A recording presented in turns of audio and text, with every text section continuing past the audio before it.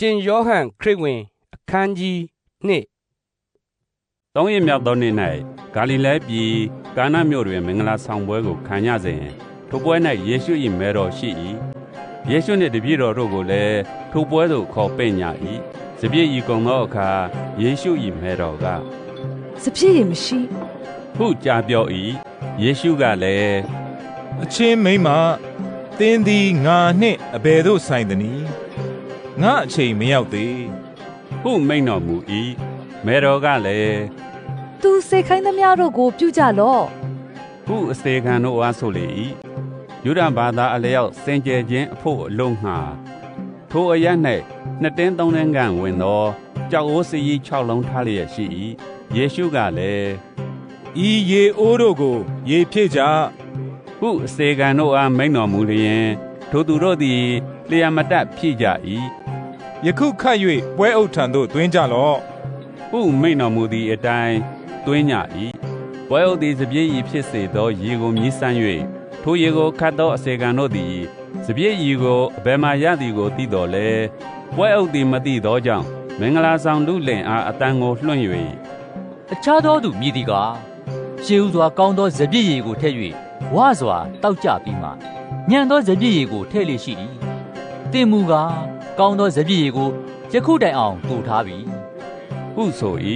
ထို့သောယေရှုသည်ရှေးဥစွာသောဤနမိတ်လက္ခဏာကိုဂါလိလဲပြည်ကာနမြို့၌ပြ၍မိမိဖုံးတော်ကိုထင်ရှားစေတော်မူ၏တပည့်တော်တို့သည်လည်းယုံကြည်ကြ၏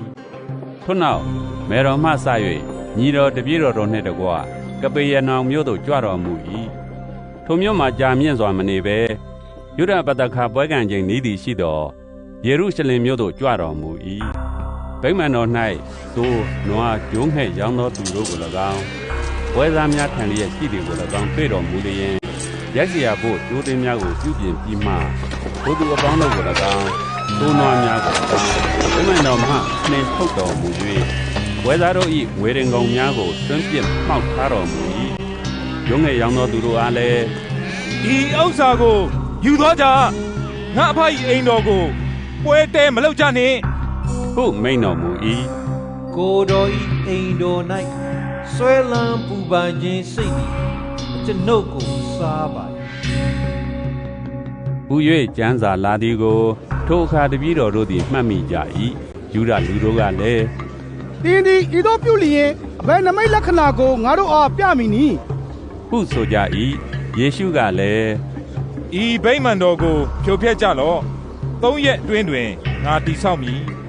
ဟုမိန့်တော်မူ၏ယူဒလူတို့က